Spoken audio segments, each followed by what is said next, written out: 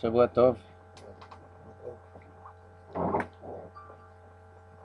Comme le Béhar Bibi l'a annoncé, on va parler un petit peu d'Ishmaël. Ça tombe bien, étant donné que c'est la Parshat Shavua.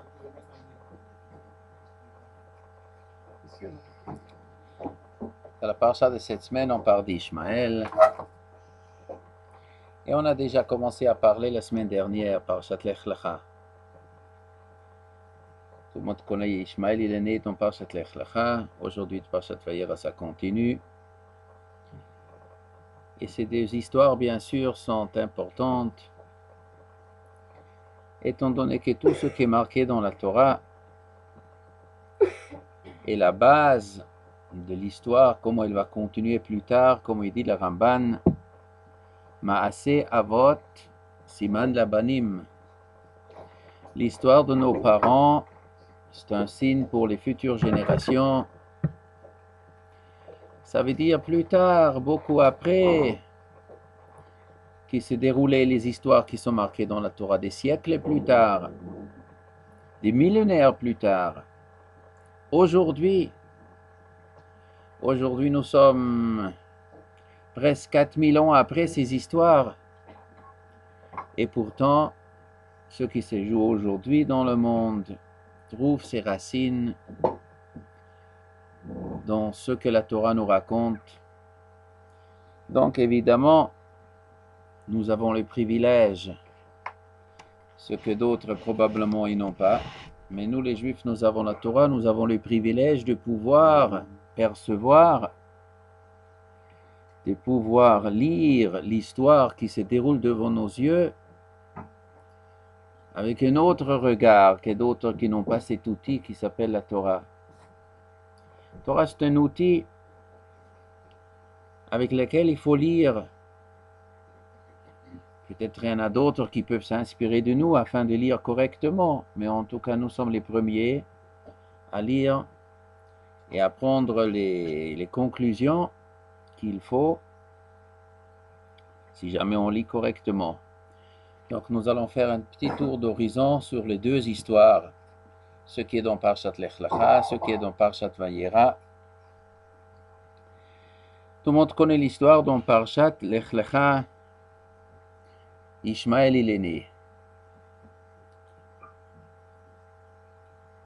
Comment elle se passait la naissance d'Ishmaël? Qu'est-ce qu'il précédait la naissance d'Ishmaël? Évidemment, chaque pasuk, chaque mot qui est marqué dans le Chumash a son importance. Donc la Torah nous raconte, mais Sarai, Eshet Abraham, elle était akara, elle était stérile.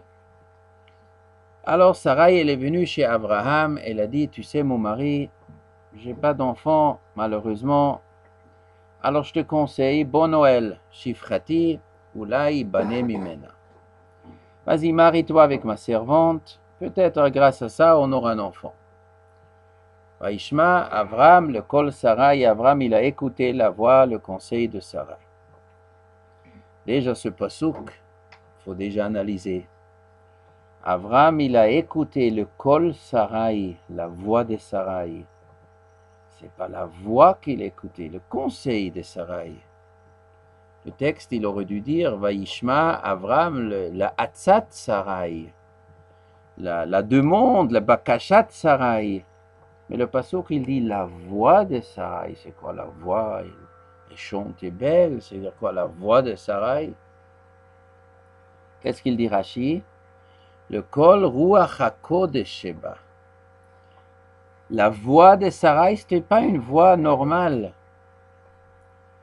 La parole que Sarai lui dit, c'était une voix de ruach hakodesh. Abraham, il a entendu dans les paroles de Sarai la voix de la Shrina, la voix de Malach.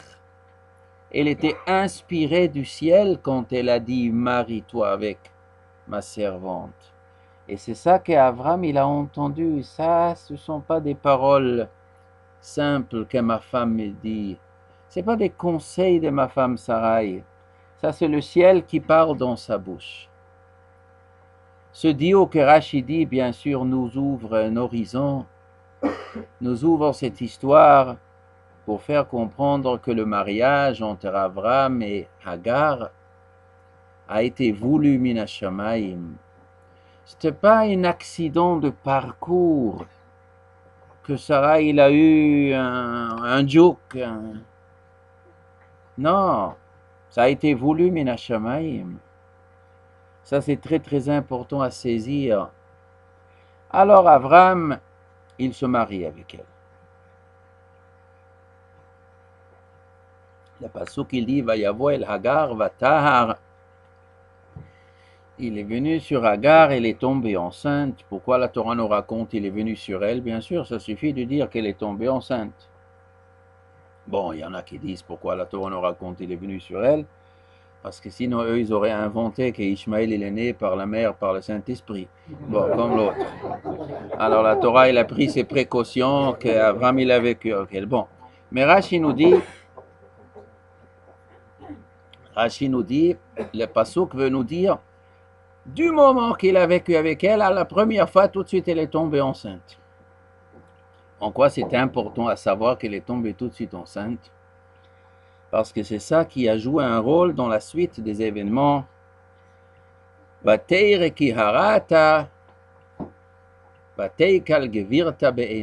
a vu que tout de suite elle est tombée enceinte et sa patronne est devenue légère à ses yeux. Hagar a commencé à mépriser Sarai. Qu'est-ce qu'elle disait? Comme Rashi raconte, ma patronne est une hypocrite. Ein sitra gegluya.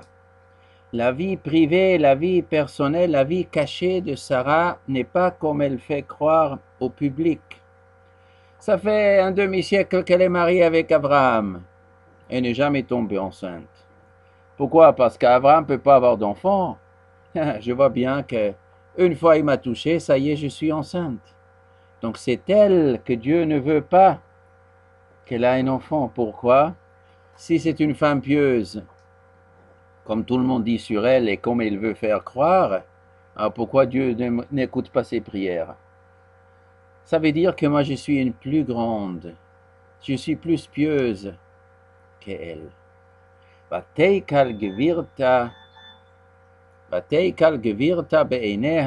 Et sa patronne est devenue méprisée à ses yeux. Ça c'est très important, ça c'est la mère d'Ishmaël. Ici, un trait de caractère d'Ishmaël, de la mère de Ishmaël, quand il y a une espèce de lecture de l'histoire, quand Hagar peut lire l'histoire, peut interpréter l'histoire, elle croit avoir le droit d'interpréter l'histoire, le fait que sa patronne n'est pas enceinte, elle est lui enceinte, donc elle déduit qu'elle plaît à Dieu plus que Sarai, tout de suite elle fait cet raisonnement. Elle se prend, ça y est, moi je suis la femme pieuse. Ça, c'est un des traits de caractère de son fils, de ses arrière-petits-fils. Ils veulent s'imaginer qu'ils sont plus pieux que Zera Yitzhak. Et le pasuk qu'il raconte, Sarai n'était pas du tout contente. Sarai est venue chez Abraham avec une accusation. Elle a dit, Tomer Sarai el Abraham, Chamasi alecha. נתתי שפחתי בחיקך ותרא כי הרעת ויקל בניה ישפוט השם ביני וביניך. Chamasi alecha, je suis très en colère, je suis très fâché avec toi. Elle accuse Abraham en bloc. C'est moi qui ai organisé ce shidduch, c'est moi qui suis à l'origine de ce shidduch. Et maintenant elle est enceinte, elle me méprise, elle se moque de moi. Que Dieu juge entre toi et moi, est-ce que c'est moi qui ai raison ou toi qui as raison? Qu'est-ce qu'elle veut d'Abraham? Qu'est-ce qu'il a, Abraham? Elle a un problème avec Hagar. Qu'est-ce qu'elle veut d'Abraham? Que Dieu juge si toi tu as raison ou moi qui ai raison. Alors bien sûr, elle accuse Abraham. Pourquoi tu ne me défends pas?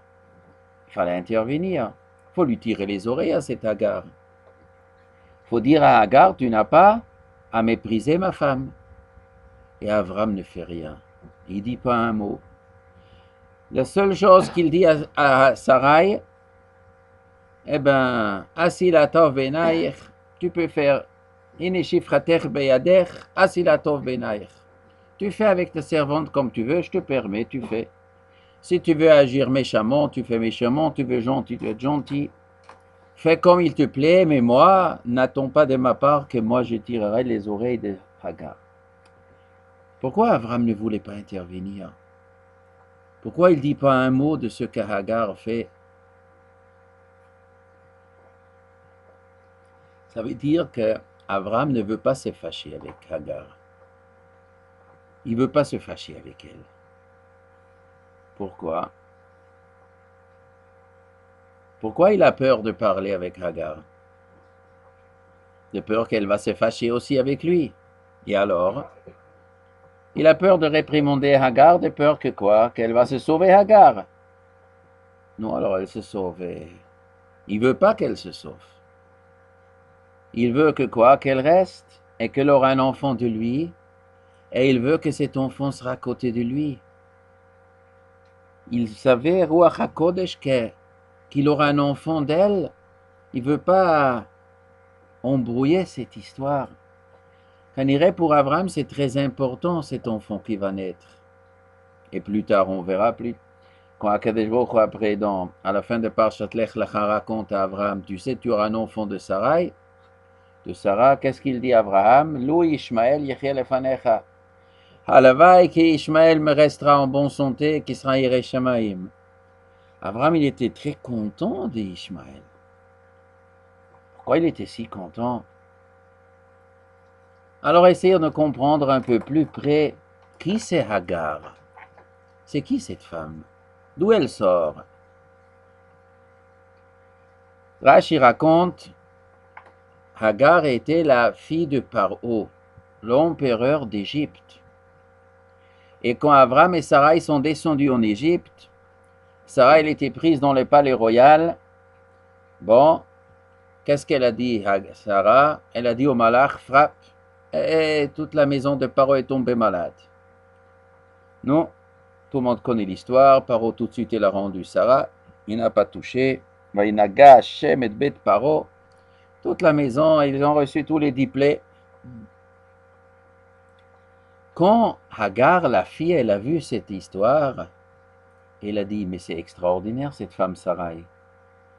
Comment l'empire égyptien, avec tout, ils arrivent ici des étrangers, un monsieur, une madame arrivent, et cette femme, elle commande des anges. Elle dit un ange frappe, eh bien il frappe. Et ils ont mis un tohu toute la palais royal. Avec tous les médecins, tous les trucs, il n'y a rien à faire. Cette femme, elle parle et tout le monde est malade. Elle a dit, j'abdique le trône d'Égypte, j'abandonne la maison de mon père et je veux rentrer au service de cette femme. Elle m'accepte comme quoi? Comme servante? Eh bien, je serai la servante chez cette femme. Mieux vaut être une servante chez cette femme Sarai que d'être une princesse dans la maison de Paro. Ce genre de raisonnement n'est pas le raisonnement de tout le monde. Ce n'est pas forcément le raisonnement d'une Française. Ce n'est pas forcément le raisonnement d'une Anglaise. Mais c'est le raisonnement de Hagar.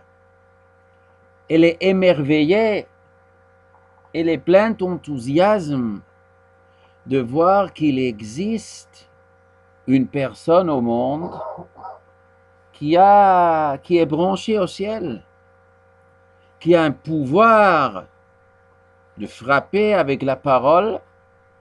Elle est prête à sacrifier une carrière de princesse pour se rapprocher à une personne qui a un pouvoir dans la bouche, parce que c'est une femme qui a une sainteté. Ça, c'est un des traits de caractère de Hagar. Ça veut dire que si devant elle se trouve même une personne qui n'est pas de son tribu, Sarai vient de Shem,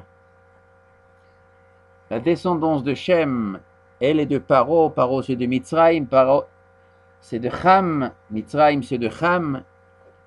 Noach il avait 3 enfants, Shem, Cham et Yafet, qui avaient bien sûr des traits de caractère différents. Shem, comme il dit le Gaon de Vilna, il a reçu l'Asie, Ham a reçu l'Afrique, et Yafet a reçu l'Europe. Ce sont trois genres de caractères.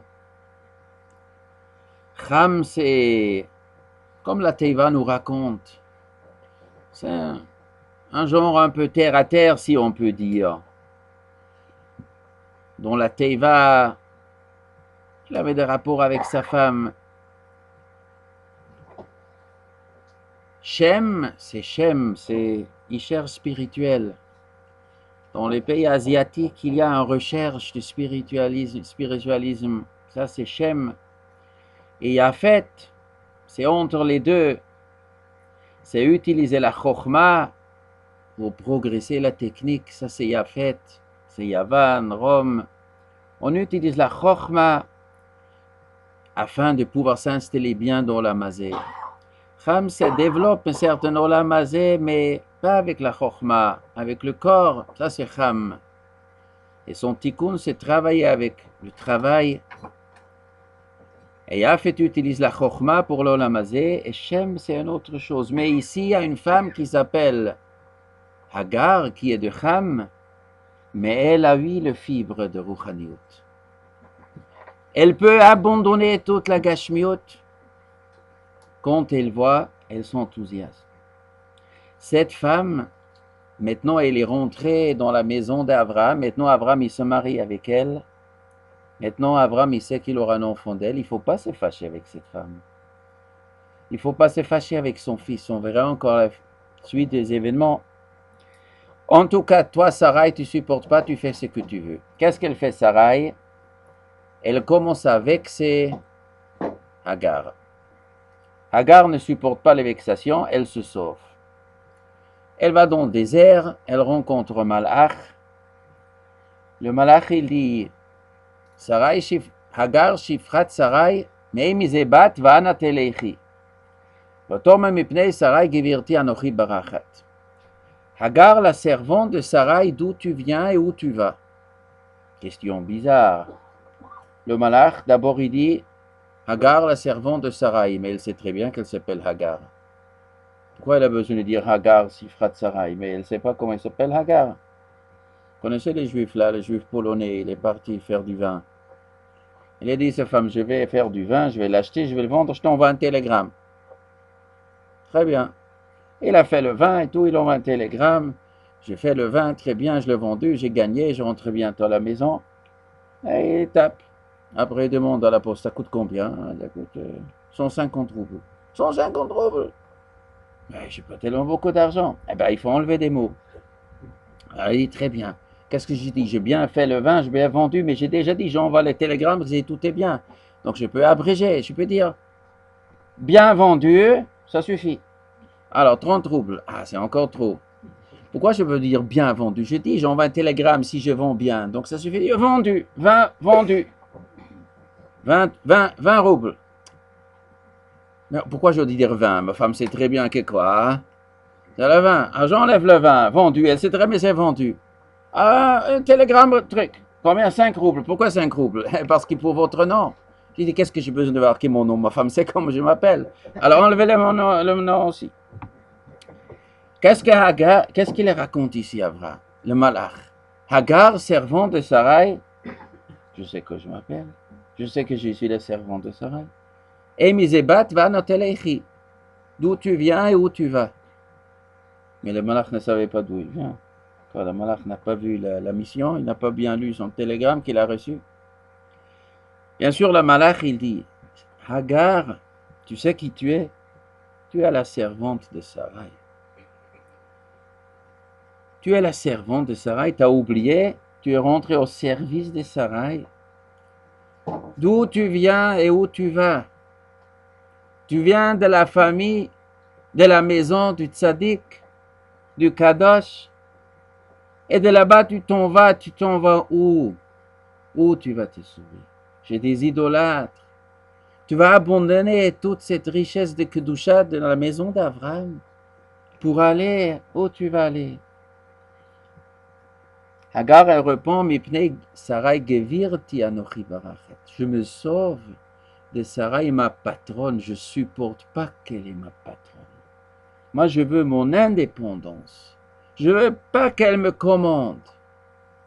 Ça, c'est un des traits de caractère, il faut bien comprendre, de Hagar. Elle veut bien rentrer au service de Sarai quand elle est enthousiaste. Mais quand elle croit qu'elle est plus tzadek que la patronne, elle ne supporte plus qu'elle sera la patronne. Je ne veux pas que cette femme sera ma patronne. C'est un des traits caractères des enfants de Hagar. Ils ne veulent pas que les Zera de Yitzhak sera les patrons. Ils veulent leur indépendance. Malgré qu'ils ont tout reçu, ils sont tout inspirés de Sarah, Ishmaïl s'est inspiré d'Abraham et de Yitzhak, on veut après l'indépendance. Mipnei Sarai Gvirti Anochi Barachat. Qu'est-ce qu'il dit le malach? Shuvi el Gvirtech. Vitani Tachat Yadeh. Retourne. Retourne chez ta patronne. Il n'a pas dit retourne chez Sarai. Retourne chez ta patronne. Vitani, soumets-toi. Leur bonheur, c'est quand ils se soumettent, quand ils écoutent ce que l'École d'Israël dit. Après, il dit le malach, Hinachara yavaladet ben, vekarat shmo Ishmael, kisham Hashem Elionech. Tu auras un enfant, tu appelleras son nom Ishmael, kishama Hashem Elionech, parce que Dieu, il a entendu ta souffrance. Qu'est-ce que le malach, il vient d'annoncer ici? Dieu a entendu ton souffrance. C'est de quoi il a entendu? Bien sûr, Dieu, il entend tout, c'est pas un hédosh. Évidemment, il est omniprésent partout. C'est-à-dire quoi? Il a entendu ta souffrance. Ça veut dire qu'il a accepté. Il a entendu. Tu as souffert ici quelque part injustement. Et Dieu, il a entendu ça. Et c'est pour ça qu'il te donnera un enfant. Vehu yeh pere Adam, yado bakol veyat kolbo. Et ce sera un homme avec un certain caractère de père Adam, d'indiscipline, ou peut-être un peu plus qu'indiscipline, père une petite mesure de brutalité en lui. Il y a Dobakol qui met la main sur tout, qui voudrait prendre tout, qui voudrait dominer tout, qui voudrait s'accaparer tout ce que les autres ils ont. Yad Kolbo, et les autres ils mettent la main sur lui, ils se disputent avec tout le monde, comme Rachid dit. Mais quel rapport avec le père et Adam, avec Kishama Hashem Elionech? Dieu, il a entendu ta souffrance, vous y êtes père et Adam. Il dit le Ramban sur ce pasuk que ici la Torah nous dévoile que Hashem, il a entendu la souffrance de Hagar, ça veut dire qu'elle a souffert de façon injuste. Qui était injuste? Il dit le Ramban, Sarah. Et Abraham qu'il a laissé faire à Sarah. Et le Ramban, il ajoute, le père et Adam, la souffrance que le peuple juif souffrira pendant des générations de ce père et Adam, est une conséquence de ce que Sarai a fait à Hagar. Comme ça écrit le Ramban. Ça, c'est le sens du pasuk. Shama Hashem Elionech, vous y père et Adam. Quel est le pshat dans ce Ramban? Qu'est-ce que Sarai aurait dû faire? Arrive ici une femme, servante, c'est elle, Sarai, elle est la gentille, elle organise le shidduch avec Abraham, elle tombe enceinte, elle a le culot d'accuser la patronne, eh bien elle me vexe, je la revexe. Non, c'est pas normal. Tu me méprises, je te méprise. Qu'est-ce qu'il fallait faire? Qu'est-ce que Sarai aurait dû faire? Et Abraham n'est pas intervenu. Il n'est pas intervenu. Qu'est-ce qu'il attendait, Abraham? Que Hagar continue à vexer Sarai. Mais ici, la Torah, le Ramban nous dévoile ici un truc. Sarai, elle aurait pu agir autrement. Comment? C'est de continuer d'être une femme pieuse. Et rien faire avec Hagar. La vérité sort toujours. Entre un homme pieux et un homme pas pieux, le monde s'apercevra. Qui est le vrai pieux, qui est le faux pieux. Quand Hagar, elle dit sur Sarai, tu es une hypocrite, elle n'a pas besoin d'agir, Sarai. Elle doit continuer à faire ce qu'elle doit faire. Les gens, ils vont savoir. Les gens, ils vont remarquer la différence entre Hagar et Sarai. Maintenant, il est excité, je suis enceinte, ça y est. Dieu a écouté ma prière, je suis pieuse, c'est super bien. Ma patronne n'est pas pieuse, elle n'a pas d'enfant. Ça y est, elle est au 7e ciel. Elle va continuer à se moquer. Mais les gens autour, ils vont dire, Hagar, calmez-vous un peu. Votre piété et la piété de Sarai, ça n'est pas ça. Et après, qu'est-ce qu'on avait vu? Quel était le fils de Hagar? Ishmaël. Et qui est le fils de Yitzhak? Il est Sarai, Yitzhak. Les gens ne savaient pas faire la différence entre Ishmaël et Yitzhak. La vérité sort, elle sort toujours. Il faut un peu de calme. Ça, c'était la faute de Sarai, elle était pressée. Ou elle n'avait pas tellement confiance qu'elle aura un fils Yitzhak après. Même quand on lui a annoncé à Sarai, elle avait du mal à croire. Peut-être qu'elle n'avait pas assez confiance qu'Hachem va avoir pitié d'elle. Elle aurait pu se taire, la vérité sort. Ça, c'est une des choses aujourd'hui aussi, Moraï Varabotaï. Aujourd'hui, les Juifs s'arrachent les cheveux. Quoi faire avec nos chers cousins? Comment faire? Eux, ils disent qu'ils sont plus pieux que nous. Ils nous accusent de tous les maux du monde.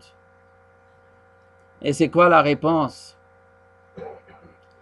La première des choses, en ce qui concerne Parshat Lech Lecha, après nous allons voir Parshat Vayera, alors l'image va changer un peu.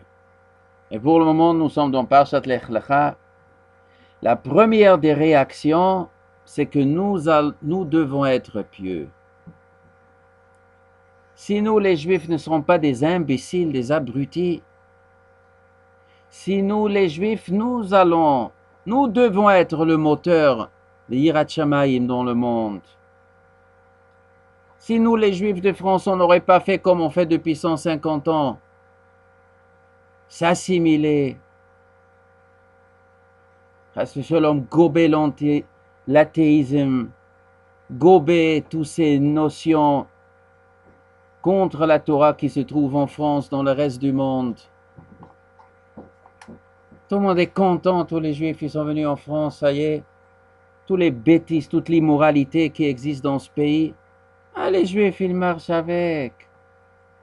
Et maintenant, c'est les autres qui commencent à se réveiller, il faut être pieux, il faut rejeter l'hédonisme, il faut moins courir derrière les péchés, l'immoralité. Quelle honte pour nous les Juifs, que ce sont nos cousins maintenant qui militent. Maintenant, ils croient qu'eux, ils sont plus pieux que nous. Et peut-être on a raté quelque chose. En tout cas, plusieurs générations des Juifs français, et des Juifs américains, et des Juifs israéliens, peut-être ils ont raté le coche. On aurait été pieux. C'est à nous de dire qu'il y a un Dieu au monde. C'est à nous de dire qu'une femme doit marcher habillée. C'est à nous de dire que tous les films qui sont Y, il faut les annuler dans le monde. C'est à nous de le dire, c'est à nous de montrer. Eh bien, on ne fait pas le travail comme il faut, eh bien, les autres ils croient qu'ils sont plus statiques. Et maintenant, ils commencent à crier dans le monde, c'est eux les pieux, c'est eux. Ça, c'était la faute. Et maintenant, on a des tsarot d'eux. On arrête, s'ils crient, ils accusent. Et qu'est-ce qu'on peut faire? Qu'est-ce qu'on peut faire? Il y en a qui disent qu'il faut faire la guerre contre eux. Il y en a qui disent qu'il faut donner la moitié de la terre ou tout. Mais avant la politique, avant militaire, d'abord il y a une autre chose à faire. D'abord il faut remettre les choses, les pendules à l'heure. Mais qui est ici le pieux? Eux d'ici, ils sont le pieux. Alors prouve qu'eux, ils ne sont pas tellement pieux. Toi, tu seras pieux. Nous devons être pieux. Les gens, ils vont faire la différence. Les gens, ils vont voir ce qui est vraiment soumis à Hachem et celui qui est qui est soumis à des tempêtes de son âme, qui veut montrer qui a la traîne en vérité. La différence est facile à faire quand tu veux. Si les gens ils vont voir de nouveau des Sarai qu'elle dit une parole à Hachem, et Akadosh Baruch Hu il écoute. Ça fait des siècles, nos cousins ils ont appris que les Juifs il y avait des hommes, des femmes tzadikim qui faisaient des prières et ça marchait. Et encore comment nous respecter pour ça. Mais des rois chez eux, et des sultans et des imams. Mais combien ils sont venus chez des rabbanim de se faire bénir parce qu'ils savaient Asher Tevarech Tevorach, Asher Taor Yuar. Ils savaient très bien quand les juifs pieux ils donnent une bénédiction, ça marche. Quand les juifs ils donnent une contraire de bénédiction, ça marche aussi. Hagar elle a vu Sarah elle a maudit Paro, eh ben ça marchait à la Makom. Eh ben elle a respecté. Ils savent respecter, c'est pas comme des Français. Nos cousins, ils ont la fibre juive, ils savent respecter un juif qui fait une tfila qui réussit. Ça, c'est la première des choses aux juifs de faire. Faut pas leur laisser le terrain. Faut pas qu'eux, ils occupent ce terrain. Le terrain de la kedusha, le terrain de la tfila, le terrain de la prière, le terrain de être soumis à Hachem. C'est à nous d'occuper ces terrains. Ça, c'est la première des choses. Ça, c'est par Lech Lecha. Mais, Akadosh Baruch Hu, il a dit à Abraham, il y aura une grande descendance. Arbe, ils seront très, velo Isafermerov, comme ça Akadosh Baruch Hu, il a dit à Abraham dans Parshat Lech Lecha. Ils seront très nombreux. Pourquoi ils doivent être si nombreux? C'est vrai, il paraît qu'ils sont 1,5 milliard, un quart. Chaque quatrième dans le truc, il fait partie de cette... Ils ne sont pas tous des descendants Gashmi, mais en tout cas, ils se sont rangés sous la bannière de cette philosophie que cet homme-là représente. Pourquoi Akadosh Baruch Hu il a fait? C'est bien. Kanire, on doit constater qu'il y a malheureusement des choses qu'on ne peut pas changer quand on est peu nombreux. Kanire, il y a des entorses dans l'humanité, il y a des distorsions, il y a des tragédies dans l'humanité, que ce peuple qui a Ma'at Mikol Ha'amim, qui est le plus petit de toutes les nations, ce peuple ne peut donner que des indications à d'autres, et ce doivent être des sociétés qui sont nombreuses, qui pèsent lourd. La France va changer, Moraï Rabotai. Il ne va pas rester comme ça. Ça passe ou ça casse, ça va pas rester comme ça. Évidemment, eux, avec leur nombre, des millions, ils vont changer quelque chose. Il n'y a pas de Boré Olam. Le monde existe tout seul. On fait ce qu'on veut. Réfractaire à toute idée qu'Akadosh Baruch Hu il a donné les lois. Ils vont le changer. Avec leurs milliards, avec leur nombre, leurs millions de gens et leurs milliards de pétrodollars, ils vont changer la France. Dommage que ce n'est pas nous que nous l'avons fait. Nous ne pouvons pas le faire, mais eux, ils vont le faire. Ça va être délicat. Ça va... On a des belles époques en vue. Ce sera pas facile. Mais c'est ça le chemin. Comme ça, la Torah nous le dit. C'est ça que la Torah nous prédit. La Torah nous dit, Mashiach va venir. Et le monde entier va reconnaître Hachem. Alors, le monde ne va pas rester athée. Il ne va pas rester athée. L'athéisme, il est perdu. Il est perdu. Ah, il faut séparer la foi de la foi, c'est...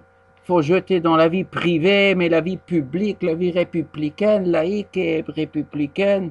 Et au niveau politique, on ne parle pas de religion. Ah, ça restera pas, ça. Ça restera pas. Bien sûr, ce sera une guerre. Ce sera une guerre idéologique et peut-être aussi une guerre civile. Il y aura une guerre, je ne sais pas de quel côté, de quel sens, mais bien sûr, mais c'est pas Pachout. Ça fait partie d'un monde qui nous attend. C'est à nous de prévoir les choses. Kadosh Baruch Hu, il a promis Harbo Harbe Tzarech. Mais on va continuer maintenant, on va abandonner Parshat Lech Lecha, on va jeter un coup d'œil Parshat Vayera, parce que le décor change. Qu'est-ce que la Torah nous raconte? Kadosh Baruch Hu, il vient, il envoie des anges. 3 malachim, il vient, Sarah, elle aura un enfant. Et l'enfant, il naît. Et comment il s'appelle cet enfant qui va naître? Yitzhak. Yitzhak, c'est intéressant comme nom, Yitzhak. Pourquoi il s'appelait Yitzhak? Qui lui a donné ce nom, Yitzhak? Alors, la première fois quand Akadosh Baruch Hu, il a annoncé à Abraham, tu auras un enfant, Sarah, il aura un enfant, Vayipol Abraham al panav Vayitzhak. Abraham, il est tombé sur son visage, Vayitzhak, il se réjouit. Halaben, et Ashanati Valed, Imbabati Shim Shanati Telet. Et après, Akadosh Baruch Hu, il a dit, et tu vas appeler son nom Yitzhak. Après, quand les malachim ils sont venus chez Sarah,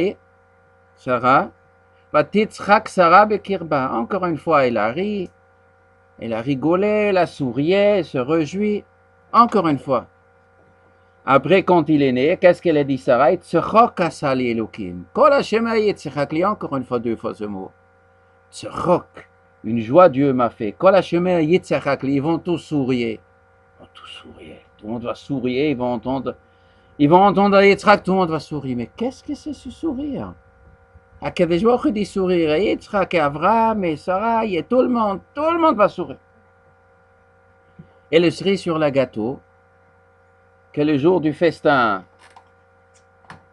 le festin qu'Avraham il a organisé, Vater Sarah et Ben Hagar Amitzrit, Metzachek. Metzachek, c'est quoi Metzachek? Il a fait sourire. Metzachek, il a amusé la galerie. Il a fait le pitre. Metzachek, il a fait sourire tout le monde. Et Sarah, il a dit, il faut envoyer cette servante avec son fils. Rashi donne différents pshatim, qu'est-ce que c'est Metzachek? C'est pas si simple, qu'est-ce que c'est Metzachek? Metzachek, ça fait allusion à l'idolâtrie. Ça fait allusion à l'immoralité. Ça fait allusion à des assassinats qu'Ishmaël préparait à tuer Yitzhak. Mais la traduction littérale, Metzachek, ça veut dire il a fait sourire. Ça veut dire quoi, il a fait sourire? Et Pshat, la Gemara raconte, il y a une Gemara Masechet Bava Batra. La Gemara dit, le monde entier vis-à-vis de Sarah, c'est comme un singe devant un homme. La beauté de Sarah, elle était tellement belle. Si on compare toutes les beautés du monde à côté de Sarah, eh bien, elles vont tous être, tous les hommes, les femmes vont être comme des singes devant un homme. Un singe, tu mets un orang-outan, tu mets un chimpanzé à côté d'un homme. Ah, l'homme, il est beau, un chimpanzé, c'est un chimpanzé.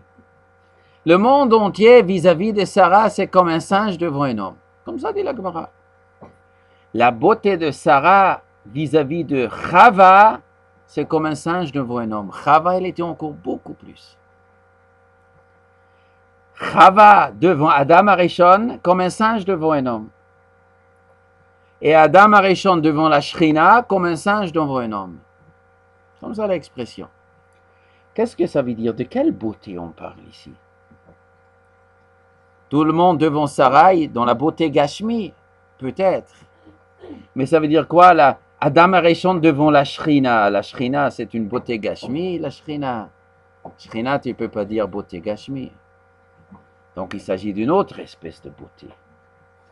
La perfection, la qualité de la sainteté, d'une vie élevée, d'un comportement noble. La Shrina, ça c'est la Shrina Kadosh Baruch Hu. Shrina, la dernière station qu'avait Achol d'Akadosh Baruch Hu sur terre. Les Shichnot Tidrshu Bat Hashama. L'homme Adam Arishon qui a été créé parfait avant le péché, quand même, c'est comme un singe devant la Shrina, la Kedusha de la Shrina. Le monde entier, c'est comme un singe devant Sarah, la beauté de la perfection de Sarah. Sarah devant Chava, c'est comme un singe. Mais c'est quoi la spécificité de singe?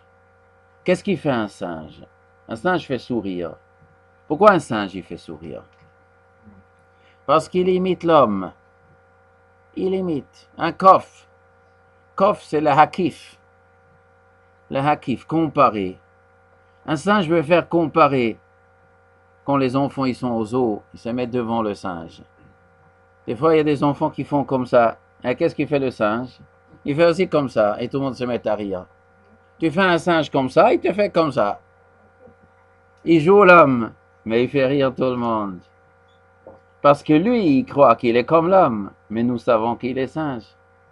Le fou, il dit que tout le monde il est fou.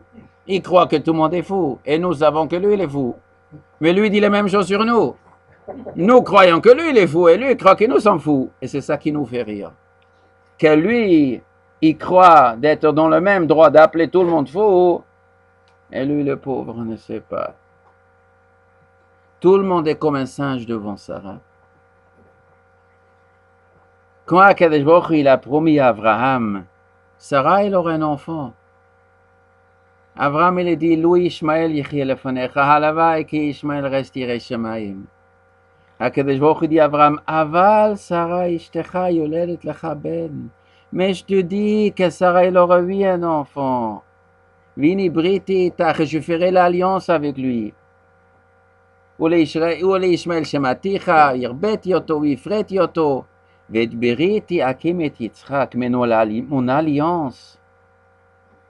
mon alliance, le nom de Kedusha, ce sera sur Yitzhak.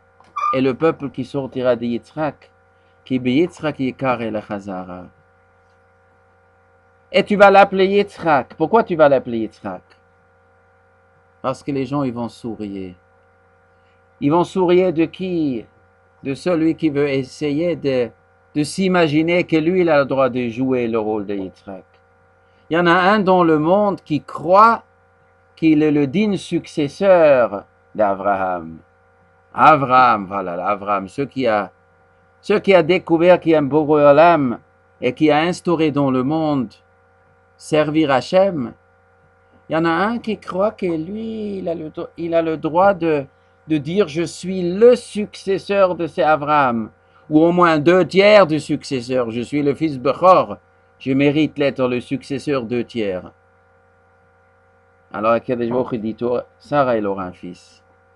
Et Yitzhak, les gens, ils vont sourire. Les gens, ils vont sourire. Tout le monde devant Sarah, c'est comme un singe devant un homme. On va voir qui c'est Yitzhak. Les gens, ils vont voir où est la vraie Yirat Shamayim. Où est la Yirat Shamayim qui est imitée. Ça, c'est Tzchok Asali Elokim. Kol Hashemei Yitzchakli. Maintenant, les gens, ils vont voir. Ça, elle aurait dû le comprendre avant Sarah. Elle n'aurait pas dû frapper Hagar. Les choses seraient mises en place tout seul. Bon, elle s'est rattrapée. Kol Hashemei Yitzchakli. Et pendant le festin, Avram, il organise un immense festin. Et qu'est-ce qu'il se passe pendant ce festin? Avram, il présente son fils de 2 ans, Biyom Higamel et Yitzhak, les jours qu'on a sevré Yitzhak. Il fait un festin, il invite Mishte Gadol, tous les Gdoliador, Avimelech, il a invité Shem Vaever. Il présente le gamin de 2 ans, voilà mon successeur. Et Ishmaël, il est derrière, il dit, mais qu'est-ce qu'ils font pour ce petit gamin-là? Ils font tout un traram pour lui. Moi, on m'a rien fait.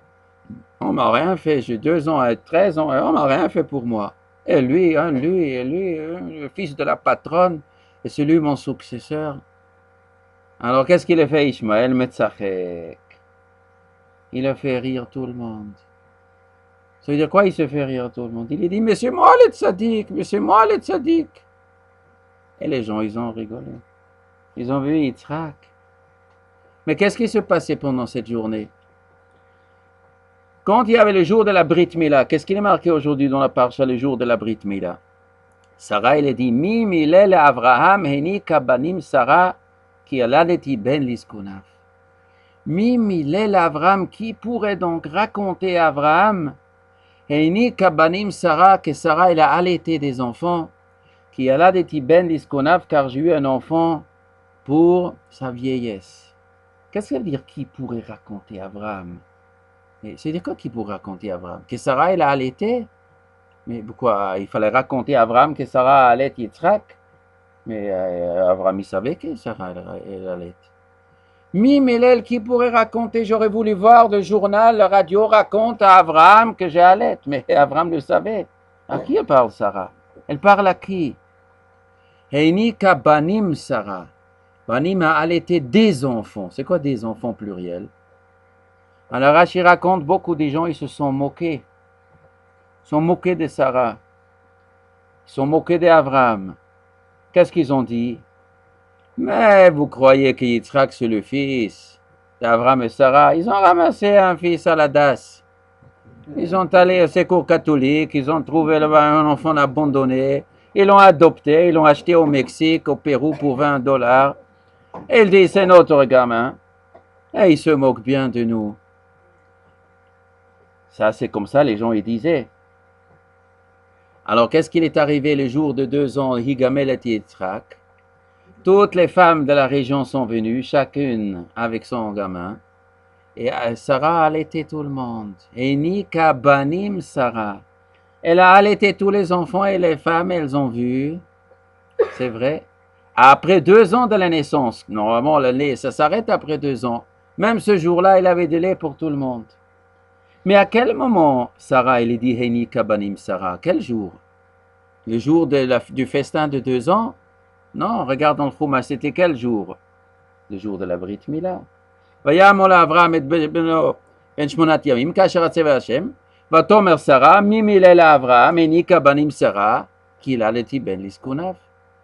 C'est le jour de la Mila, il a dit qu'elle allait, mais elle n'a pas allaité ce jour. Donc c'est une fila.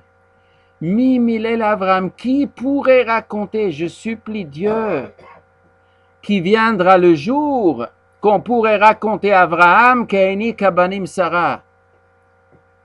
Et ce sera la preuve qu'il y a le Tiben Liskunav. Je voudrais que dans 2 ans, toutes les femmes apportent leurs enfants et je voudrais avoir ce miracle que je pourrais allaiter. C'est ça qu'elle disait.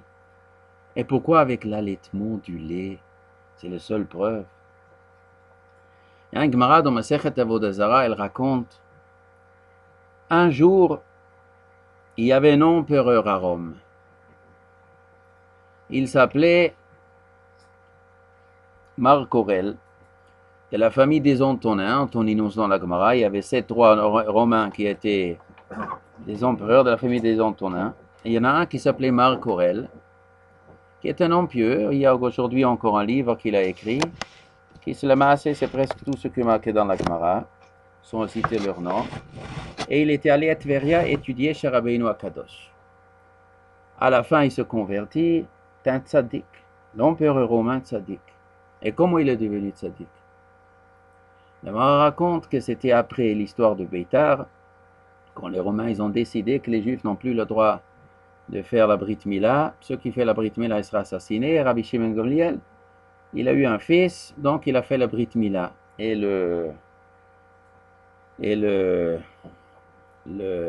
représentant des Romains en Eretz Israël, il a vu ça, que Rabbi Shimon Gamliel, un nasi des Juifs, il a fait la Brit Mila à son fils. Il ne voulait pas s'en prendre à Rabbi Shimon Gamliel parce qu'il croyait qu'il y aurait une rébellion. Donc il a dit que le roi romain est à Rome qu'il règle cette affaire. Donc là, on nous raconte, ils ont acheté un billet à l'Italia, à son retour à Rome, et Rabbi Shimon Gamliel et sa femme et le bébé, ils étaient invités de se présenter à Rome, et ils sont venus devant le roi. La veille, quand ils étaient en prison, la femme du roi, elle est venue visiter Madame Rabbi Shimon Gamliel aux prisons. Elle a dit, j'ai entendu que vous avez un jugement de mort, vous avez fait quelque chose contre mon mari. Qu'est-ce que vous avez fait? Elle a dit, on n'a rien fait. On a simplement fait la Brit Mila de mon fils. C'est une loi qui est marquée dans la Torah et on ne comprend pas pourquoi l'empereur romain il a interdit. Ça, on n'avait pas du tout en état de se rébeller contre Rome. C'est une loi religieuse qui ne concerne ni politique, ni économie, ni rien du tout. Elle a compris, elle a dit, je vais vous sauver la vie. Elle avait aussi un bébé, elle a échangé les bébés avec Rébi. Et l'impératrice de Rome, elle a donné son fils à Madame Rabban Gamliel, qui lui a donné du lait. Le lendemain, il y avait la fameuse jugement, et l'empereur lui dit, il paraît que vous êtes accusé d'avoir fait la brit mila de votre fils. Est-ce que c'est vrai? Rabban lui a dit, c'est faux. Alors l'autre, là, la représentante de Rome en Eretz, il dit, comment c'est faux? Vous avez fait un festin tout courant, vous avez fait la brit mila. Il dit, faux, c'est pas moi. Alors le roi lui dit, on va pas se disputer ou pas, amenez ce bébé, il est là, on va vérifier s'il est Mahoul ou s'il est Harel. Ils ont pris le bébé, ils ont levé les couches, comment ils s'appellent les couches? Hein? Pampers. Et qu'est-ce qu'ils ont vu? Un bon goy, Harel. Alors l'autre, il a dit, je sais pas quoi, Dieu vous fait des miracles, moi je comprends rien comment ça fonctionne chez nous. Bon, l'empereur il a pendu l'autre, et eux, il les a libérés, ils pouvaient partir à la maison. Mais avant, il fallait échanger les bébés. Alors ils ont échangé. La Gemara nous raconte, cet enfant-là, ce prince héritier ou le neveu du roi que ça a été, c'est lui qui est devenu après l'empereur. Dans toute l'histoire romaine, vous allez lire toutes les histoires romaines, ils disent tous c'était le roi le plus pieux qui existe, avait une vie saine, kadosh, et il a toujours caché qu'il avait des rapports avec Rebbe qu'il a étudié. La Gemara nous raconte, c'était un tzaddik extraordinaire, Rebbe lui a dit qu'il a fait le clamaba, etc. La Gemara nous dit pourquoi il est devenu tzaddik. Parce qu'il a bu pour 1 ou 2 jours le lait de Madame Rabban Shimon Gamliel. Ça veut dire le lait d'une femme tzaddiket. Même un goy à Rome, il boit le lait directement d'une femme tzaddiket. Ça laisse des traces indélébiles. Il aime la Torah, il aime Akadosh Baruch Hu. Ça c'est même Madame Rabban Shimon Gamliel. Maintenant Sarah Imenu, la prophétesse, la plus grande des prophétesses qui existe, elle donnait à boire à toute la bande, à tous les enfants. Pourquoi elle a fait ça? Pour donner Yirat Shamayim pour toute la région. Et les gens, ils ont compris. Pour une fois boire, les enfants, ils ont remarqué sur les enfants, ils ont eu Yirat Shamayim. Et ce Yitzhak qui a bu le lait 2 ans, quel midot il avait Yitzhak. Et Ishmaël, il est derrière, il hurle, mais c'est moi le tzaddik, mais c'est moi le tzaddik. Et les gens, ils ont tous souri. Vater et Sarah et Ben Hagar Amitzrit Metzachek. Mais qu'est-ce qu'il fait? Je suis le tzaddik, je suis prêt à donner ma vie pour Dieu. Et il prend la vie des autres. Les Juifs, ils ont toujours été prêts de donner leur vie pour Dieu, évidemment. Pas 1, pas 2, 1000, 10 000, 100 000. Des millions de Juifs se sont fait tuer pour Dieu, mais sans prendre dans la vie de l'autre. Nous sommes prêts à mourir pour Mekadeshem Shamayim. Non, il faut se venger, il faut voir le sang de nos ennemis, et avec ça, je serai directement au Gan Eden. Est-ce qu'il faut sourire ou pleurer? Bon, ça se discute. Est-ce qu'il vaut mieux pleurer? Si on ne veut pas pleurer, au moins on sourit. Mais ça arrête. Qu'est-ce qu'il dit Abraham? Qu'est-ce qu'il dit Sarah? Renvoie ce fils. Garesh et Ha'ama azot vet bena kilo yirash ben Ha'ama azot im bni Mitzrak. Il faut renvoyer ce fils et la servante. Il ne peut pas hériter ensemble avec mon fils. Pourquoi elle parle de l'héritage? Rachid dit, si Sarah il dit il ne faut pas que Ishmaël hérite avec mon fils, ça veut dire que Ishmaël s'est disputé avec Yitzhak pour l'héritage. Ishmaël il a revendiqué 2 tiers de l'héritage. Je suis le prore, toi tu es le simple, moi j'ai 2 tiers, toi tu as 1 tiers. Se disputer qui est l'héritier d'Abraham.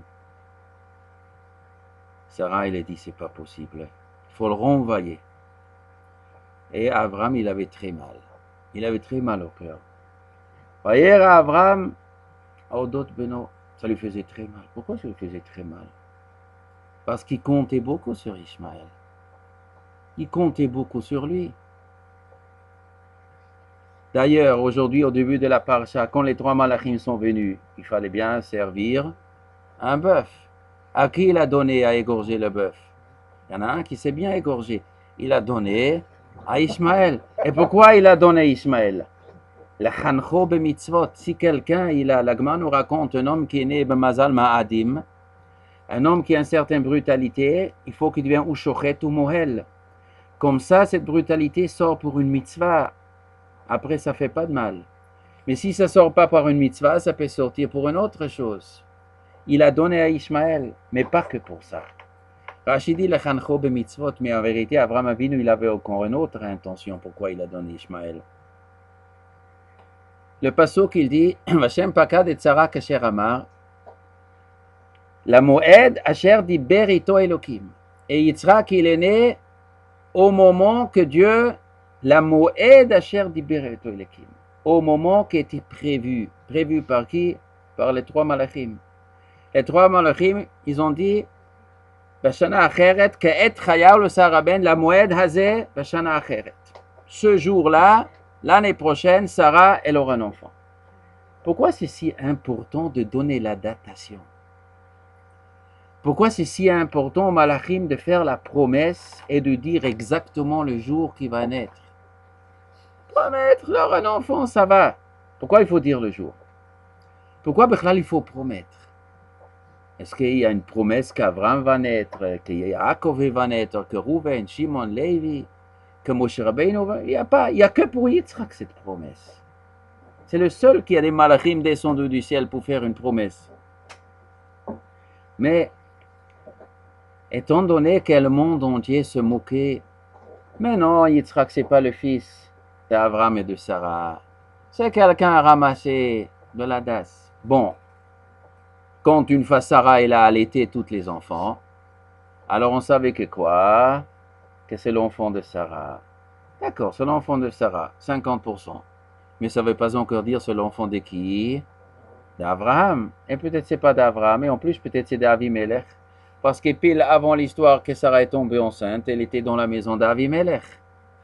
Alors qui me dit que ce gars ne vient pas d'Avimelech? Qu'est-ce qu'il a fait Abraham pendant le festin? Il a invité qui?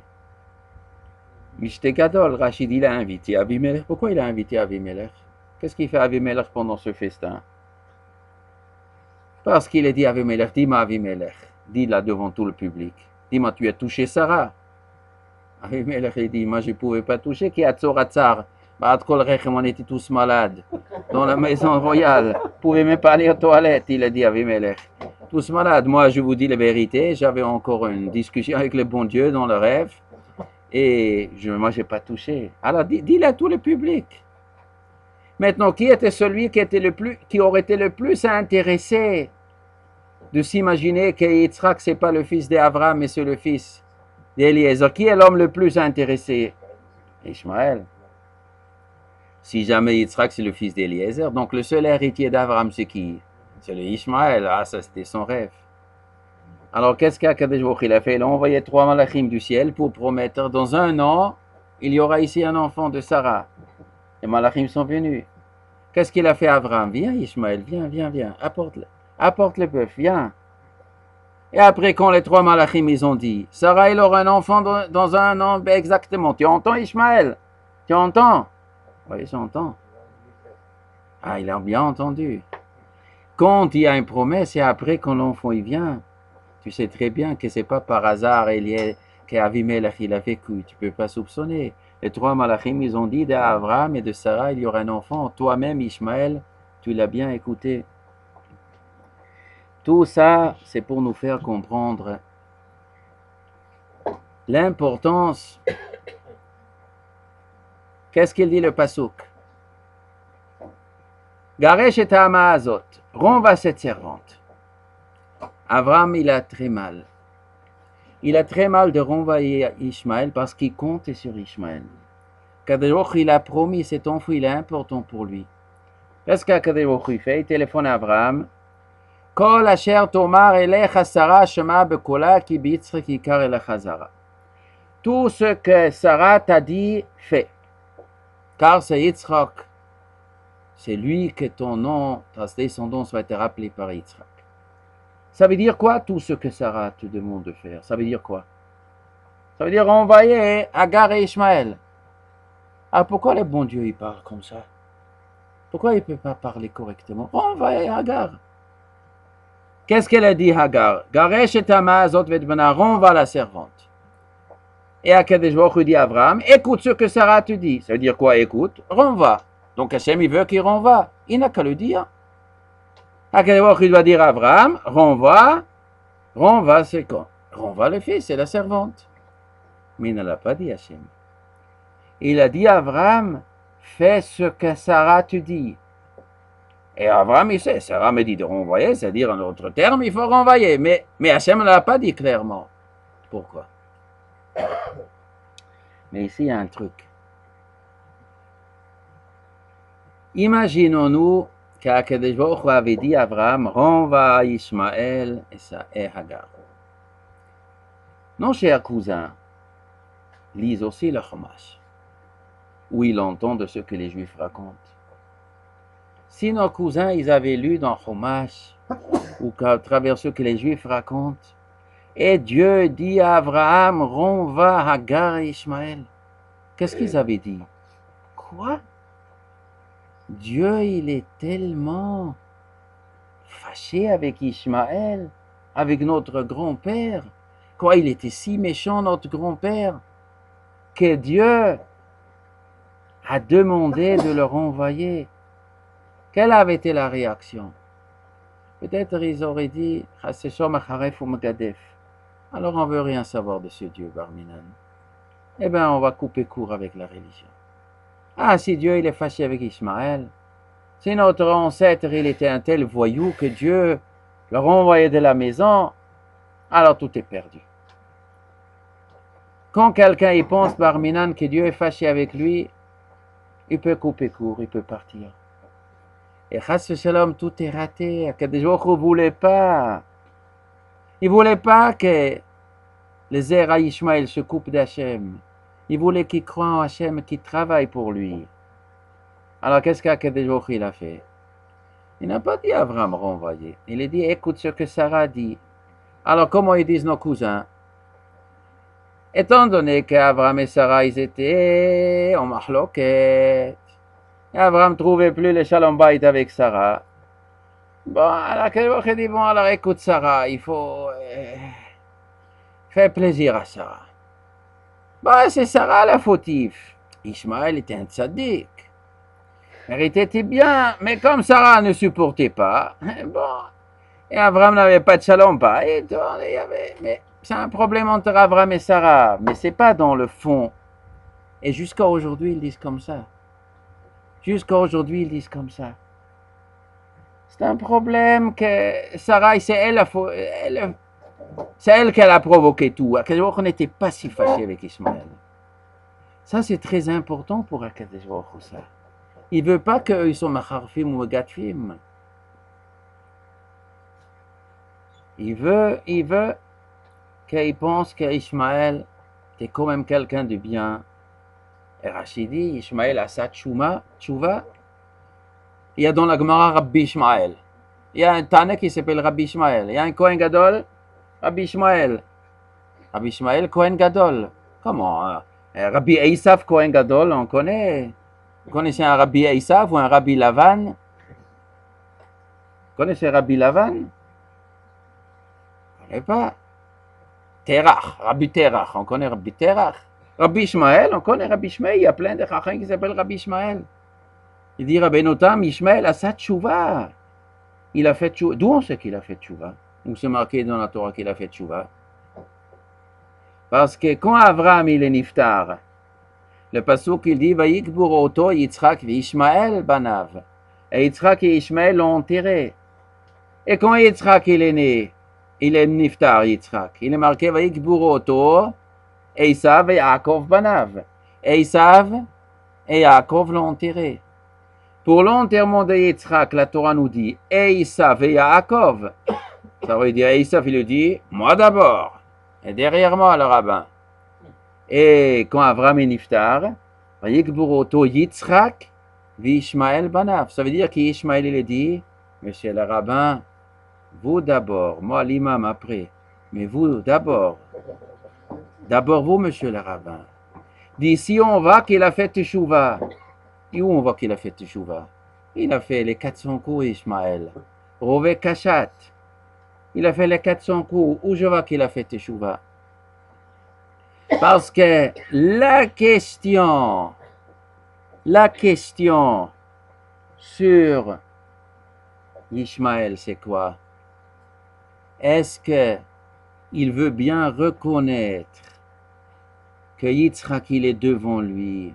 C'est lui le tzaddik.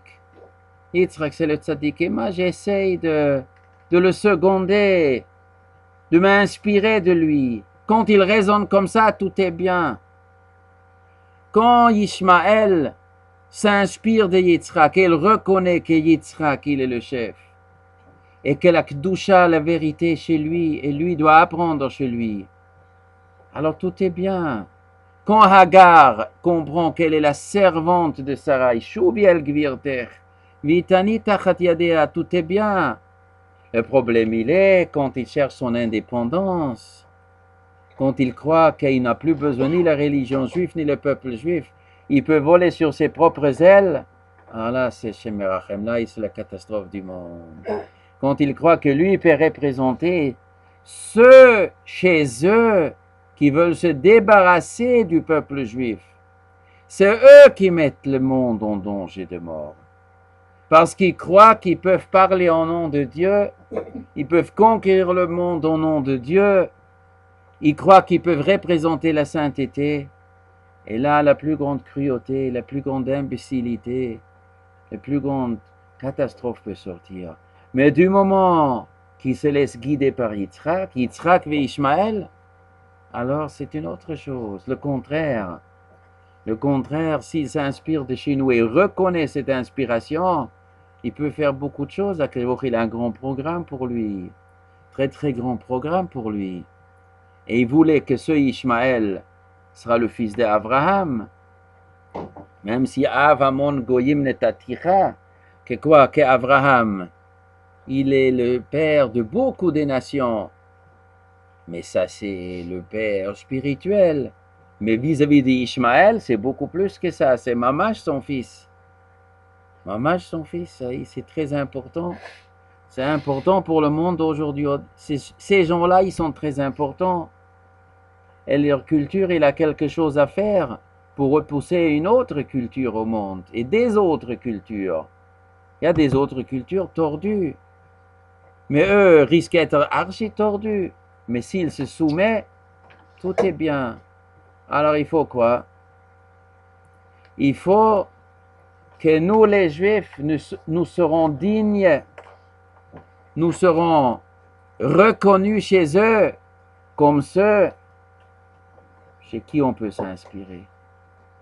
Si chez nous les questions d'argent, si chez nous les questions de moralité, si chez nous l'application de la Torah, Ben Adam la Chavero, Ben Adam la comme c'est correct, eux ils vont se la fermer, obligatoirement. On entend leur discours.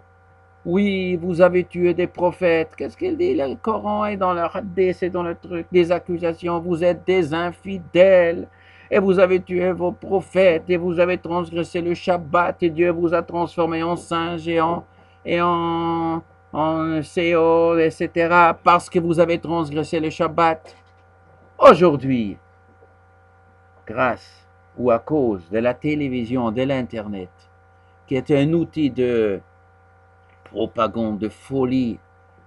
Ils endoctrinent des milliards de personnes du matin jusqu'au soir avec des philosophies, avec des vieilles histoires et avec des situations où ils pointent avec le doigt sur certaines immoralités qui se trouvent dans le peuple juif. Preuve à l'appui, il filme à Tel Aviv, il filme la plage de Tel Aviv, il filme les Madoff, il filme tous ces gangsters que par tragédie ils sont juifs. Et les Freud et les Marx et tous ces gangsters. Et il pointe le doigt, mais vous empoisonnez le monde. Comme si c'est nous les seuls. Comme si ces gens-là représentent la majorité du peuple. Comme si ces gens-là sont des gens issus du fond du peuple juif. Ou qui sont érudits, qui ont un rapport avec nous. Là, en France, il n'y a, je sais pas, des milliers d'intellos et des politiques et des écrivains et des journalistes et des... Mais ils ont rien, ils sont juifs par hasard, ils sont juifs. Voilà le rouge, comment il s'appelle le rouge? Bon, je ne vais pas parler. Bon, et là, par hasard, comment il est par hasard, il est juif. Il est juif par hasard. Il n'aurait pas voulu être né juif. Peut-être le bon Dieu aussi, il aurait voulu qu'il soit pas né juif. Mais eux, malheureusement, ils nous mesurent, ils nous évaluent, ils nous jugent travers ces clichés, travers ces déformations. C'est à nous de ne pas laisser ce genre de déformation. Pas laisser ces déformations. C'est à nous d'être ceux qui s'opposent à l'immoralité. Je ne dis pas qu'on est obligé de crier à tout prix sur tous les toits, mais chez nous, c'est vrai que dans le fond, évidemment, le réveil de Hitorarut Bitchouva qui a chez eux, entre guillemets, est inspiré de Hitorarut Tchouva des Juifs. Et mais c'est vrai. Aujourd'hui, le monde change avec une très grande vitesse. Faut pas rater le coche. Chez eux, ils font Tchouva comme des fous. Chez nous, Hachem aussi. Mais il faut pas rater le train. Faut pas rater le train. Chez eux, ils font tchoua toujours mélangé avec un mensonge. Chez eux, le mensonge est permis. Il n'y a pas d'interdiction de mentir. De toute façon, ils ne savent pas distinguer entre le vrai et le faux. Sauf si le vrai, il est éclatant. Quand le vrai, il brille, ils reconnaissent. Ça, c'est notre travail. Maintenant, c'est vrai. Si ça avait été le problème que par cette Lech-Lecha, que Hagar se moquait, elle vexait Sarah. Alors Sarah n'aurait pas dû la revexer. Elle aurait dû rester pieuse, continuer, la vérité sort.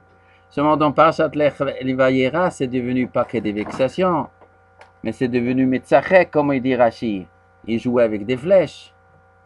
Et disait à Yitzhak, mets-toi à côté de l'arbre, je tire une flèche dans le cible et tu me ramasses les flèches.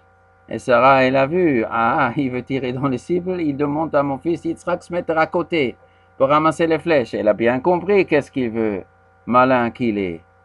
Il voulait tirer la flèche de façon que ça ne tombe pas sur le cible, mais comme Guillaume Tell, que ça ne tombe pas sur la pomme, mais que ça tombe en dessous de la pomme. Et après, pleurer chez Avram de dire, je n'ai pas fait exprès, papa, un accident est arrivé, parce qu'il savait très bien qu'il ne peut pas tuer Yitzhak sans être maudit par Avram. Il fallait tuer Yitzhak et se faire présenter par quelqu'un qui est quand même digne de recevoir l'héritage d'Avram. Donc il fallait jouer serré, c'est ça qu'il essayait d'Ishmaël. Sarah, elle a compris le jeu. Là, il ne restait plus rien que quoi? Garesh et Hamazot. Il fallait le renvoyer. Et encore à Kadesh Baruch Hu, il a pris les précautions de renvoyer Ishmaël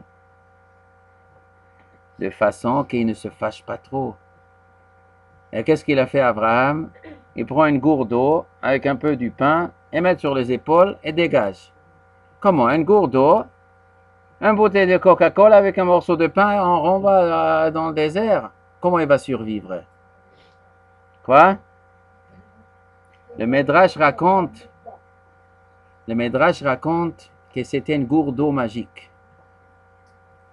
Comme dans la Haftara aujourd'hui, chez Elisha Hanavi, l'huile, tant qu'on versait, il y avait toujours dedans. Il a donné une gourde magique. Il a donné une gourde, elle pouvait boire, et ça n'a jamais arrêté. C'est ça qu'il a donné. Alors pourquoi le pasuk dit Veichlu hamayim min hachemet, et il n'y avait plus d'eau dans la gourde? Alors Midrash demande, alors pourquoi il n'y avait plus d'eau si c'est une gourde magique? Alors le Midrash il raconte, parce qu'avant il est marqué Vateilech, Vateita bemidbar be'er shava. Vateilech, elle est partie. Vateita, elle s'est garée. Bemidbar be'er sheva, dans le désert de Beersheba. C'est-à-dire quoi, elle s'est garée? Pshat Pachout est garée. Elle a raté la route, là où c'était indiqué, et donc elle est tombée dans le désert. C'est garé dans le désert, mais le Midrash Rashi raconte sur place. Chazra le Gilou le Betavia, elle s'est égarée dans sa rouchaniout. Elle a quitté la maison d'Abraham, elle est retombée dans l'idolâtrie d'avant. Et la conséquence, que quoi?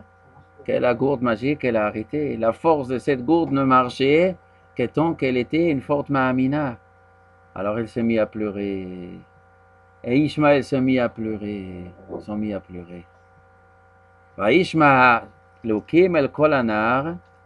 Et elle dit, Malachagar, mais qu'est-ce que tu as? C'est-à-dire quoi, qu'est-ce que tu as? Je suis en train de mourir de soif, mon fils meurt de soif, c'est-à-dire quoi, qu'est-ce que j'ai? Mais je t'avais fait une promesse que tu auras une grande descendance. Pourquoi tu te décourages? Je t'avais déjà promis. Comme ici est un arbre, Arzik et Aderbo, qui le goy gadol esimenu. Hagar, elle a reçu encore une fois un malach. Elle a reçu encore une fois un malach qui lui a promis. Aitorot minashamayim. On ne trouve pas beaucoup des non-juifs dans la Humash qu'ils ont eu Itorerut minashamayim.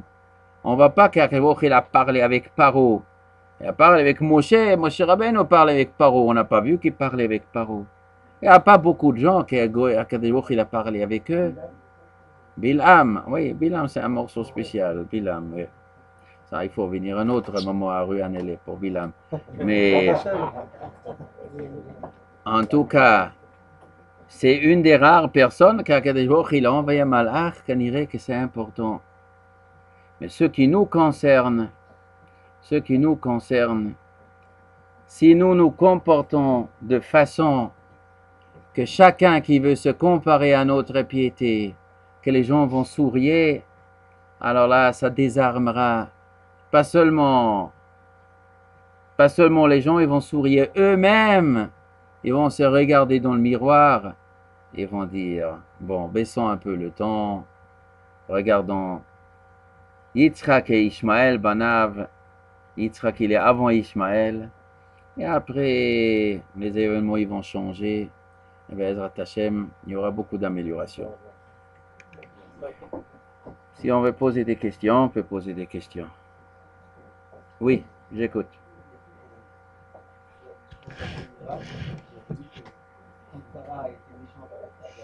Oui.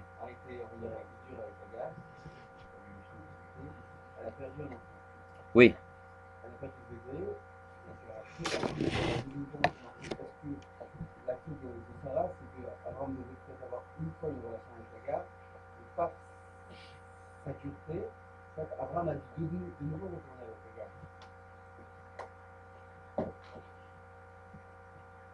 Si je ne me trompe pas, il est marqué dans la Torah que quelqu'un qui achète une servante, il a une mitzvah de se marier avec elle. Et après, il est marqué She'ira kesutav onata lo yigra. Que malgré que quelqu'un se marie avec sa servante, pas parce que vraiment la khatri voulait se marier, mais pour une raison d'autre, il se marie avec elle, mais une femme mariée, il y a un chiyuv de She'irata kesutav onata lo yigra. Donc une femme mariée, on ne s'abstient pas de sa femme. Donc probablement le jour qu'Avram il a décidé d'épouser Hagar, et bien dans ce mariage il était inclus que c'est pas que pour une fois, probablement. Oui.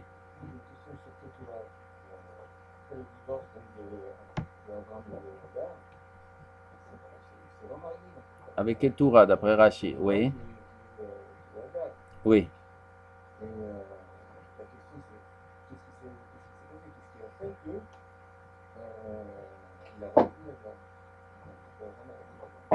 Pourquoi il s'appelle Ketura?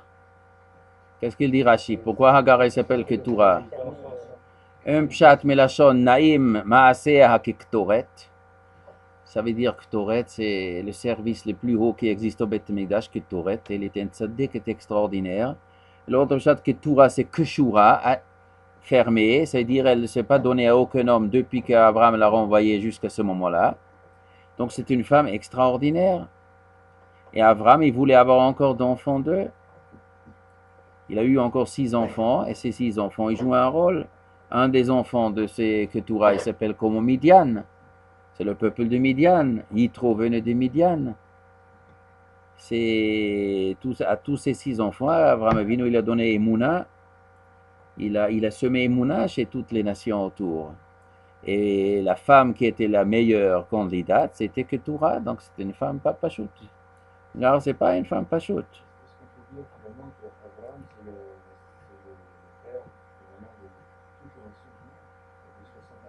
Vous parlez le père Gashmi ou le père Rouhani? Vous ne savez pas, alors il faut savoir. Il avait un enfant, Yitzhak Ishmael, il y avait 70 nations, les 70 nations qui sont marquées dans Parchat Noir, 70 personnages. Et Ishmael, c'est une personne importante, c'est Ishmael et Esav et Yaakov qui sont les enfants Gashmi d'Abraham. Mais les autres, ils s'affilent. Après, il y a beaucoup qui sont affiliés à Ishmael. Après, Bnei Keturah, Bnei Ishmael, ils se sont mélangés avec beaucoup des nations. Et il y a chez eux beaucoup de gènes d'Ishmael, quoi. Quoi? Oui, une seconde, oui, tout de suite, oui, d'accord.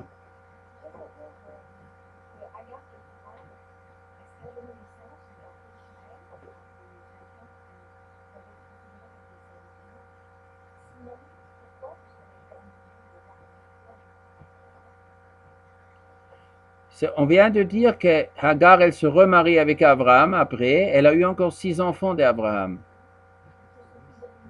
Qu'est-ce qu'ils sont devenus? Abraham les a renvoyés dans le pays de l'Est. Avant de mourir, il les a éloignés de Yitzhak. Il les a renvoyés au pays de l'Est, ça veut dire en Asie. Ce sont des tribus qui sont parties en Asie. Et aujourd'hui, par exemple, en Inde, il y a une secte qui s'appelle les Brahmanes. C'est les intellos en Inde. Et pourquoi ils s'appellent Brahman? Alors eux, ils disent, ils s'appellent Brahman parce qu'ils descendent d'Abraham. Ils sont un de ses 6 enfants. Il y a un fleuve en Inde qui s'appelle Brahmaputra. Putra, ça veut dire quoi? Kadosh. Brahmaputra, c'est dire Avraham Kadosh. Eux, ils disent, dans le Gange, en Brahmaputra, ils se font mikveh. Ils ont beaucoup de choses spirituelles qui ressemblent à certaines coutumes qu'il y a dans la Torah. Eux, ils disent que ça descend d'Avraham Avinu, qui leur a donné des notions de chercher Dieu. Il y a tout en hindouisme, bouddhisme, il y a toutes sortes de notions qui ressemblent un petit peu à la Torah. Certaines notions ressemblent et Avraham Avinu, il a mis ça dedans dans la tête afin que le monde ne va pas sombrer tous que dans la Gashmiot. Il parle de Gan Eden, Gehinom pour la purification de l'âme, etc. Il y a beaucoup de nations en Inde. Et ça faisait partie du travail qu'Avraham Avinu il a donné. Mais il ne pouvait pas garder toute la Kedusha, ça c'était Ava Yitzhak, le clan d'Israël, que les autres nations doivent s'inspirer, mais il a donné Emouna aux autres nations, et Nefesh Asherasu Bacharan, il travaillait sur d'autres aussi. Oui, qu'est-ce que vous avez demandé? Je me pose la question, pourquoi Hagar, bien sûr, elle devient Keturah, mais je me pose la question de savoir pourquoi elle a choisi pour Ishmaël une Égyptienne. Pourquoi elle n'est pas restée dans le giron Kadosh? Pourquoi elle est retombée dans la rue d'Azara, la plus totale? Mais en plus, elle a donné une femme donc, complètement à l'ouest d'Israël. Bah, Hagar, elle était aussi une Égyptienne. Elle était la fille de Paro, donc elle a choisi une belle fille qui lui plaisait. Elle pensait que c'est ça qu'Ishmaël a besoin. Hein? Il y a un Midrash. Je ne peux pas jurer que ce Midrash il est authentique. Je ne peux pas jurer, mais ce Midrash il existe dans des Midrashim. Je ne suis pas 100% sûr qu'il est authentique. Mais probablement oui. Probablement oui. Le Midrash raconte, cette histoire elle est longuement parlée chez les cousins aussi, qu'un jour Abraham il a dit à Sarah, je voudrais voir qu'est-ce qu'il est devenu Ishmaël. Alors Sarah, elle a dit, je ne veux pas que tu le visites. J'ai peur que tu vas tomber amoureux dans ton fils Ishmaël et tu vas pas revenir. Elle a dit, je te promets, je descendrai pas du chameau.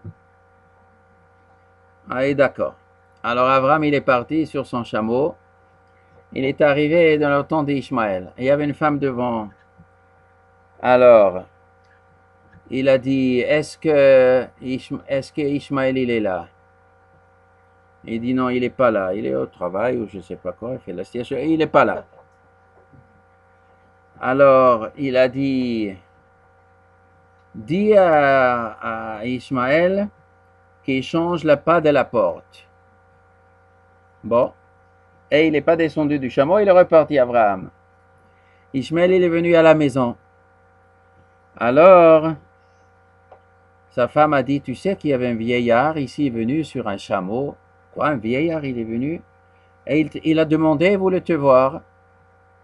Oui. Et qu'est-ce qu'il t'a dit? Il m'a dit que je dois changer les pas de la porte. Et comment il était ce vieillard? Elle a commencé à décrire. Alors Ishmaël s'est mis à pleurer. Il a dit, c'est mon père Abraham qui est venu me voir. Oh là là, il s'est mis à pleurer. Il s'est rappelé de moi, Abraham et tout. Et il a divorcé sa femme. Changer les pas de la porte, ça voulait dire change la femme. Il a changé la femme, il a pris une autre femme. Plus tard, Abraham, il a dit à Sarah, je veux visiter, je veux voir qu'est-ce qu'il est devenu à Ishmaël. Alors Sarah a dit, j'ai peur que tu vas rester avec lui. Elle dit, non, non, je te promets, je ne descendrai pas du chameau. Alors, il est parti. Il y a une femme devant la porte. Il dit, est-ce qu'Ishmaël, il est là? Elle dit, non, il n'est pas là. Mais monsieur, rentrez à la maison, buvez quelque chose, mangez quelque chose. Vous êtes venu d'un chemin, je voudrais vous donner quelque chose. Et il dit, non, non, non, non, je jure, je ne descends pas du chameau, je ne peux pas descendre. Mais dites à Ishmaël que cette fois-ci, il ne faut pas changer la pas de la porte.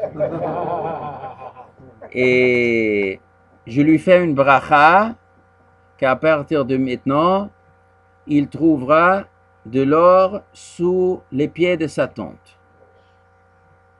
Et il est parti. Et Ishmaël il est revenu à la maison. Et la femme dit, tu sais, un vieillard est venu sur un chameau. Quoi? Comment il était ce vieillard? Et elle décrit. Et Ishmaël s'était pleuré. Alors qu'est-ce qu'il t'a dit? Eh bien, je lui ai proposé à manger. Il m'a dit, cette fois-ci, il ne faut pas changer la pas de la porte. Et il t'a donné une bracha qui aura de l'or sous ta tente. Et Ishmaël, il a pris une pelle, il a creusé sous sa tente, il a trouvé de l'or. Comme ça, raconte le Midrash. Maintenant, qu'est-ce que c'était de l'or? L'or jaune ou de l'or noir? C'est possible que c'était de l'or noir.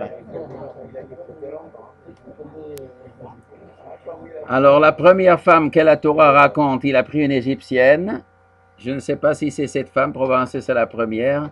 Si ce Midrash il est authentique, donc on dirait il y avait une deuxième après. Est-ce qu'elle était égyptienne ou elle était d'une autre tribu? Ça, je ne sais pas. Quoi? J'entends pas? Moi, j'ai la même chemise depuis 30 ans.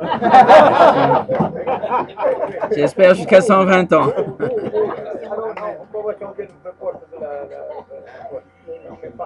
Mais qui vous a dit qu'on changeait la femme, comment changer la chemise dans le temps?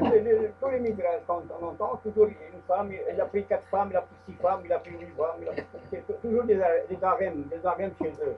Ah, chez eux? Ah, en Turquie, les sultans, oui, oui, oui, oui. Ah oui, chez eux, oui. Ah, je croyais chez nous, ah oui. Chez nous, plus ou moins, mais Oui, j'écoute. Est-ce qu'on peut considérer que les enfants d'Abraham, quels qu'ils soient, aient une juive?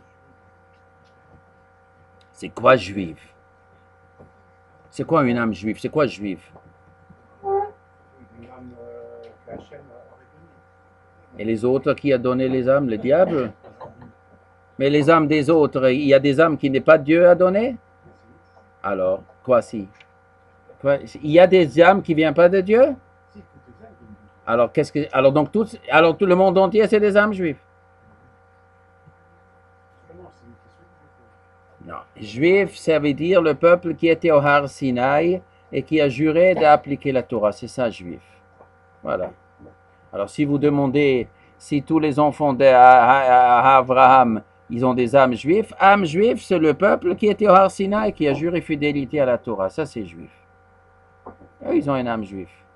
Maintenant, on raconte qu'à Hamon Goyim, il y a un proverbe, il semble de la Gemara comme ça, que quand un goy se convertit, alors sa neshama a été fabriqué par Abraham et Sarah. Il a un rapport. Abraham et Sarah, ils ont préparé le terrain pour des guérim.